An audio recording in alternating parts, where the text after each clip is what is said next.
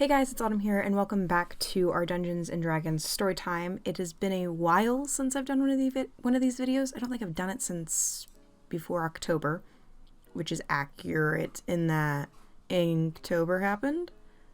So I don't remember when the last time this happened. I think the last one was part of this story that I'm going to be telling, though, which is of my campaign, which I kind of just refer to as the Whitestone campaign, given that it started in Whitestone, although that is not its current location as of recording this video. So who I'm painting is one of the characters, but I will focus more on my process towards the end of the video, so let's talk more about what's happening campaign-wise and some stories, because it's been a while since I've done this. So last I talked to you, I believe it was just prior to starting or just after starting. So I'm going to try to condense at least the first big portion of story into this video. Hopefully it's somewhat understandable. So our heroes, our large group consisting of Michael, Aguro, Poem, Darmel, Elin, Rose, and Kiro. I think I got all of them correct. Our 7-member party, it's one of our bigger campaigns. Were in Whitestone, had stopped an individual who seemed to be in a rush and acting suspicious, escorted them to Whitestone Palace Castle, Castle of Whitestone. I don't remember what it's called. My brain isn't sticking with me today in correct terms. Escorted them, met Lord Percival Frederickstein von Musikowski de Rollo III and his wife Lady Vexalia. And yes, I did just say Percy's name in its entirety because it's really fun to do, and I know how. So they met them, were given a mission to go into the Alabaster Sierras to clear out a group of cultists, which they did indeed complete. Upon completing said task, which started with Poem running in, throwing sand and screaming, "For the soul!" and putting 5 of 6 enemies to sleep with a sleep spell. Them defeating their enemy, but also releasing Aguro's patron, as Aguro is the warlock of the party, or was the warlock of the party. They released his deity, who appeared to somewhat take possession of his form, giving him the ability to create one very large eldritch blast in order to take out the head cultist. They finished their mission and returned back to Whitestone. Upon their arrival back in Whitestone, they feasted with Lord Percival, which ended with Lord Percival shooting Aguro, who then left, and then a lot of things happening all at once. We had a 6-hour session after the events of the dinner took place, I believe, or that took place during the 6-hour session, and I can't remember. But the logistics of the 6-hour session were different and very strange because it's hard to remember. But as long as memory serves, what occurred was Aguro's patron was released, took possession of the Sun Tree, and nearly killed it. They forced the patron out of the Sun Tree, learning its name of Authorial, and saved the Sun Tree. He then repossessed Aguro. I believe they created 2 residuum-infused swords. While possessed, Aguro attempted to attack Poem. Poem kicked him, nearly killed him, brought him down to like a hit point, and then trapped his deity in a residuum-infused sword, therefore breaking Aguro's pact and leaving him powerless. I think that's the gist of that, which was a lot, and I know that, but it was 6 hours plus like a couple of other sessions that happened in between then, and it's just been a very long time since I've talked about this story, so trying to catch up is interesting. So that happened in the span of our 6-hour campaign sitting. So they then, I believe this is over the next couple of sessions, they finished up their work in Whitestone. Poem used Speak to Dead to talk to Vexalia's brother. while Keyleth, or Kiki, as I probably will shorten her name, was there. They spoke to Vax'ildan, asked him how he was doing, and sort of just relayed information back and forth to each other for a little while, prior to asking the one question Poem got to ask. And then I believe Poem asked if his quarry was somewhere, as Poem is on a mission to find his teacher of sorts, his master, and take revenge. And then, I'm trying to remember, I believe after this, they decided upon going to Iman to learn more information about Poem's master, as Percy had promised him information but could not deliver it personally himself, and said that they could go to Whitestone in order to gain the information that they were seeking.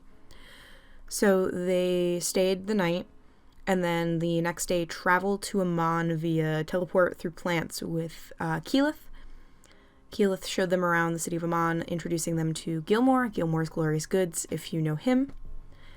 And while in Amon, they each kind of took to their own kind of finding information. Quite a few of them went to the library to seek out information.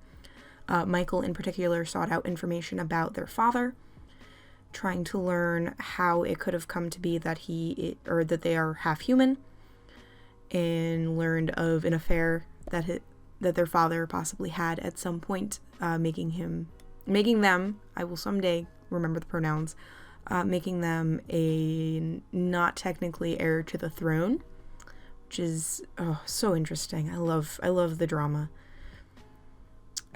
Michael then threw themselves into a depressed state, which was really fun and interesting. And then I believe, while also in Amon, Poem attempted to seek out Grog to learn who Grog is, why Grog is so infamous. Grog being the Goliath barbarian of Vox Machina, who is notorious for bringing ladies back to Grayskull Keep, and manner of other things. Poem did not find him. They then took on a quest from Gilmore. Before taking on a quest from Gilmore, they met him, loosely signed an agreement saying that they would assist him and be under the Gilmore's Glorious Goods brand, and then they proceeded to Grayskull Keep to find Poem's information about his master. Upon arriving, they found an individual coming from Encarl, I think Encarl, as long as I'm not getting this incorrect. Coming from Vasselheim, basically, which I believe is on the continent of Encarl, but I always forget. So coming from Vasselheim with information of Poem's master, Storm of Wind, basically giving the party the information that Storm of Wind had killed an individual in the ring, and then seemingly vanished from the city. Poem was obviously very disturbed by this information, and then we waited, I think, a week before continuing, so I will have to make you wait before you know precisely what they decided to do with this information, and I'm going to talk to you a bit about this painting. So I am painting Michael, our half Merfolk Druid of the party in the Whitestone campaign. This is his humanoid, more human appearance. His Merfolk appearance is a little more drastic and a little more creepy, so I decided to stray away from it for this one and stick more with his normal human one. I played with style a bit here as to how I wanted to paint this. The nose is different as well. I'm trying some new things out. I'm in a weird style place at the moment, and I kind of like this nose, but I still like the way that I normally do noses, but this works better with the rest of my style. It's a thing. He has kind of this browny green hair, which I feel like the green shows up better on camera as opposed to in person, and I don't know why. When I was mixing it originally, it looked more like this green, though in the painting sitting in front of me, it's the less green and more of just muddied brown. But that's okay. His eyes are meant to be like a sort of like turquoisey green-blue color, which I think came across pretty well as well. The background is meant to sort of mimic the ocean, which is where he's from. And yeah, it's just my normal set of watercolors and colored pencils on, I believe this is the Arches cold press watercolor paper. And that's about all I can think of. It was really fun to do this painting. It's been a while. I tried a little bit of a different layering style as well. A little bit lighter of washes, just taking my time, working slower, enjoying the process more than I have in the past.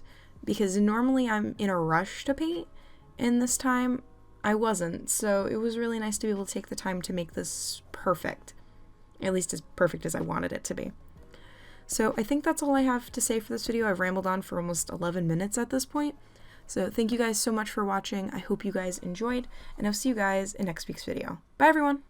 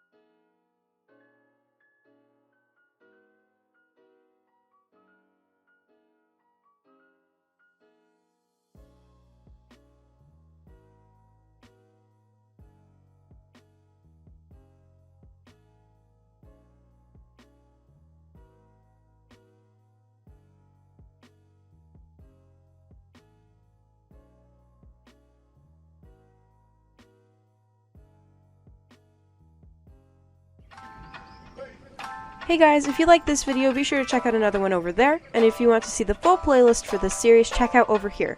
Thank you for watching, and subscribe if you like, and I'll see you in the next one. Bye everyone!